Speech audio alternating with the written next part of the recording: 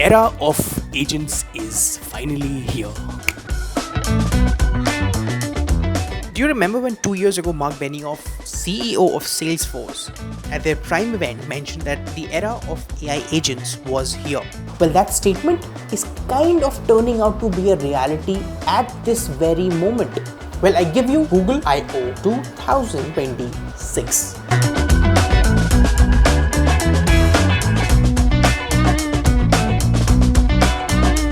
Of announcements were made, and at the core of those announcements was how AI agents will be changing our lives forever. Google I/O 2026 took place just a day before, and a bunch of announcements were made.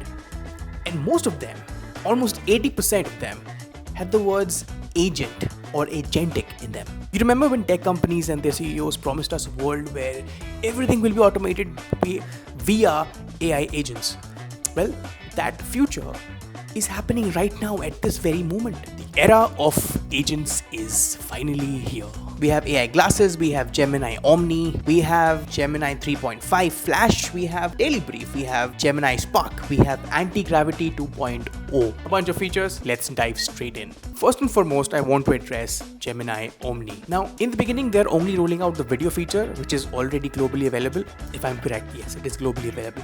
They are rolling out the video feature first. What you can basically do is upload any video, and then via your prompts, you can edit that video whichever way you like. Add styles, add textures, make additions that were not in the video originally. Makes you wonder what will happen to the future of video editing and the profession of content creation. This model is multimodal, which means you can give your inputs in any form, way possible, and the result will be out there. Gemini 3.5 Flash, their latest AI LLM, which once again is available globally.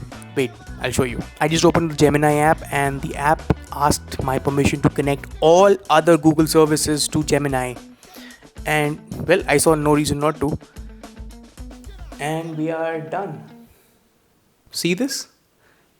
Gemini 3.5 Flash is already out there globally.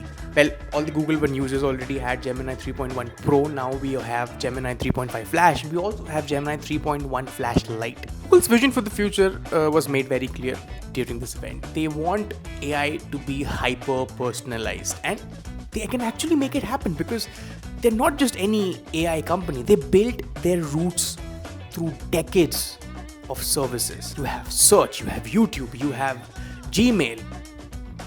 And now all they have to do is integrate their AI in those services, which is essentially what they are doing. And what stood out the most was that now Gemini 3.5 Flash, their AI, will be integrated in search as well. Your search will become hyper-personalized. Your search will become conversational. There'll be to and fro's. You want to search about something specific, you ask questions. It becomes so much conversational that at the end of the day, the results are hyper-tailored as per your needs. Now, this is something pretty cool actually, because as a user, as a search user, this will save my time and this will give me results that I actually want to see. This means videos, this means articles, this means news stories. You can ask questions, follow-up questions. You can start a back and forth conversation with Google's AI mode. Essentially, what you can do is explore more deeply. And guess what? The same thing is coming to YouTube as well. And this is not new. Even before Google I/O, there was a new feature that came in the YouTube CMS, the YouTube Studio app. It will definitely change how we use YouTube on a daily basis. So now YouTube will know exactly what you want to see. They made a small presentation on stage about their new YouTube search, and it kind of looked cool from the perspective of the user who wants a very specific video to solve a very specific problem. You ever feel a certain way when you see something and you just know deep in your heart that this thing has a lot of potential? Gemini Spark gives you that feeling, by the way. It's very similar to maybe when Customato saw Mike Tyson for the very first time. Saw a kid from Brooklyn and he just knew this guy will be a monster.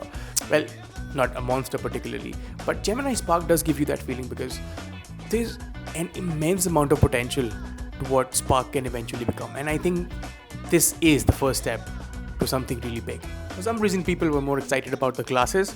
Well, I found Gemini Spark and 3.5 Flash to be more interesting, but that's just me. What does an AI agent do though? You know what? Scrap that question. What is an AI agent? For those who don't know what an AI agent is, let's first understand the true definition. And who better to answer than Google's AI mode itself? An AI agent is an autonomous software. Sorry, let me be more effective.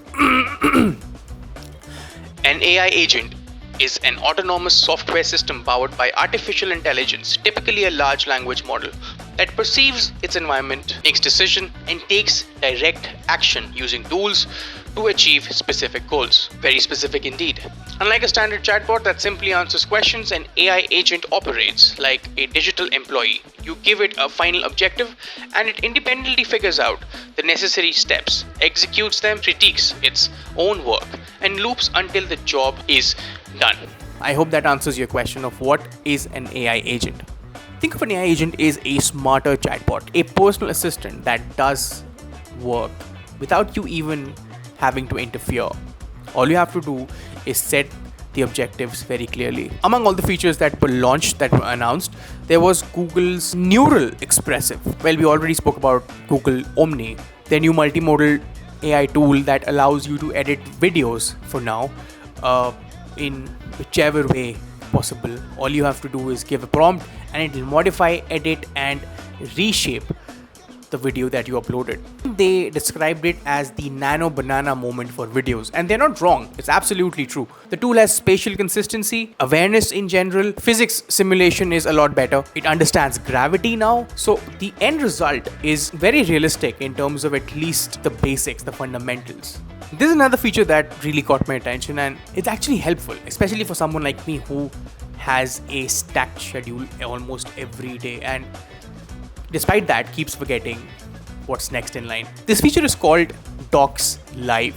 You essentially tell Gemini, you speak with Gemini and you put out every thought you have out there. And what Gemini does is it will summarize the thoughts and it will create an action plan for you to execute it. Not just this, they are also integrating AI in shopping. Forget having carts in multiple platforms, right? Going through those carts and deciding what to buy. What if you had one universal cart?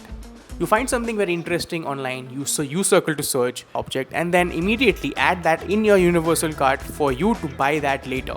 As per what they showed during the event, it can also make purchases on your behalf. Of course, that will have to involve in some way you giving them your cart details. And I'm not sure how good of an idea that will be, but I think we'll get there when we get there. For people out there who easily get duped by AI images and videos and with a hard time differentiating between authentic content and fake AI content, there's something that's coming up that will really help them make that differentiation. Well, we have SynthID and C2PA, both of them rolling out pretty quickly. The SynthID watermark is basically expanding. Now it will help people be smarter and differentiate between what's fake and what's real. Those who saw the whole event also saw the moment where they basically took a photo on stage and slopified it. I'm not sure what that was all about, but just take a photo, man. Just take a simple photo.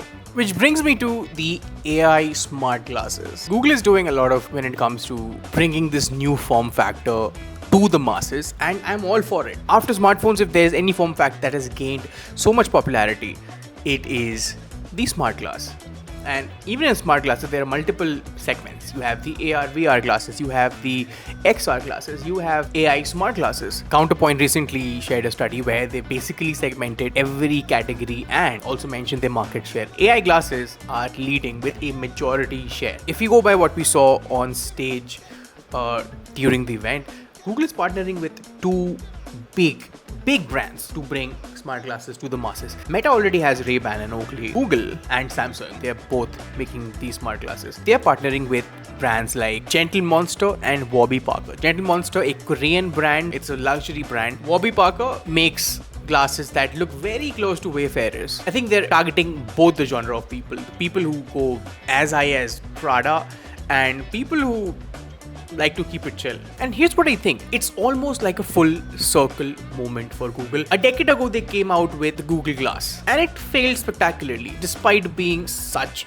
a great product. Some people argue they were way ahead of the curve. Some people argue that they could not recognize the fact that when it comes to glasses, when it comes to eyewear, it's more about fashion and fit than the tech. If you don't like the fashion, the fit, the way the glasses look, you won't even go and get those glasses. So the barrier to entry is different than when it comes to other products like smartphones. Now, approximately 18 months ago, a year and a half ago, Meta changed that with Ray-Ban and Oakley, and now they are the market leaders. I'll show the numbers on the screen so you have a better idea of who has how much market share. Samsung and Google are technically late to the party, but I think the race is not about who's going to be number one, because that title already belongs to Meta.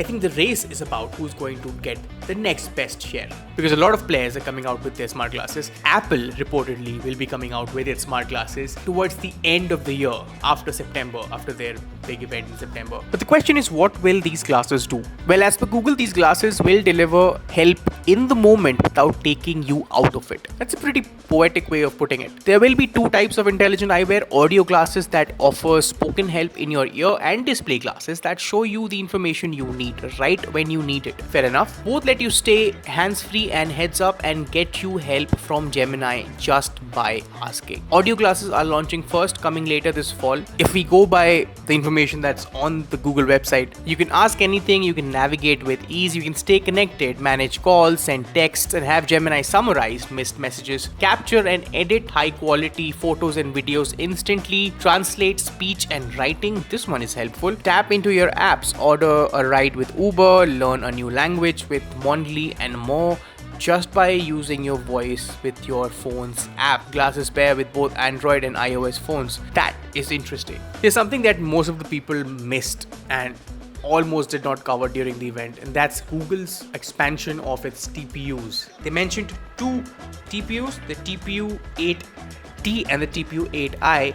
T will be specializing for training, and I will specialize in inferencing. TPU, short for Tensor Processing Unit, is Google's own accelerator. It's not a GPU per se, it's an ASIC. So unlike GPUs that are built to handle a variety of tasks, ASICs are built for specific tasks. In this case, training and inferencing. For all the busy bees and corporate workers out there, I think this one will. The Daily Brief. This feature basically synthesizes, summarizes, it catalogs, organizes, and suggests the next task in line. It's kind of a smart assistant.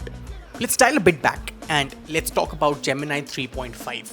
According to Google themselves, Gemini 3.5 is described as frontier intelligence with action. So it's not about intelligence anymore. We understand it's already out there. It's about putting things into action. Everything we discussed right now, be it Omni, be it Spark, be it Talks Live, be it Daily Brief, everything has Gemini 3.5 models as their foundation. 3.5 Flash, as I showed you, is live globally. 3.5 Pro will be coming out shortly. And by shortly, I mean next month. They're already using it internally, ironing out the last few creases. When speaking of the 3.5 Flash, here are the scores on the screen that Google shared themselves. There is also a comparison. It compares all the other major models like Claude Opus 4.7, Claude Sonnet 4.6, and GPT 5.5. Google describes 3.5 Flash as the balance between speed and performance. And they say that is what makes 3.5 Flash ideal for tackling long horizon agentic tasks. What used to take a developer days and an auditor weeks, 3.5 Flash can now help complete in a fraction of the time, often at less than half the cost of other frontier models. Now, that's a big claim. A very major part of the emphasis has been put on developers and on business tasks. Startups, banks, fintechs, everyone will be using this, and it is fundamentally a very powerful model. But what about consumers? Well, as I already showed you, 3.5 Flash is the default model now in the Gemini app, and Gemini Spark, the 24/7 AI agent that works for you, uses 3.5 Flash as its core. Spark is not out yet for everyone. Spark is being slowly rolled out to trusted partners as per Google, and hopefully soon it will be out for others as well. Although they did mention that they are planning to get the beta of the Gemini Spark out to Google AI Ultra subscribers in the US only, by the way. Don't get me wrong, all this can be done today, right now, using something like Claude Cowork or OpenClaw.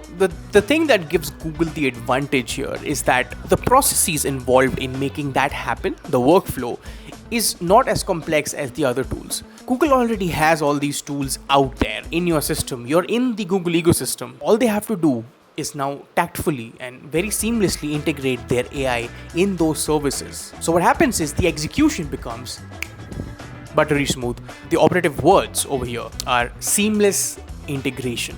It is truly a very interesting time to be alive and to see how quickly AI is advancing, not just on the business side, but also on the personal side. Is it just me, or is Google's software and developer event is much more interesting than its hardware event? And I think that goes true for all other companies. Not discrediting hardware events at all. They are also very interesting and very exciting, but for some reason events like I/O and other developer events are just way more exciting. Thank you for watching. This is BW Tech. My name is Deep. I will see you in the next one.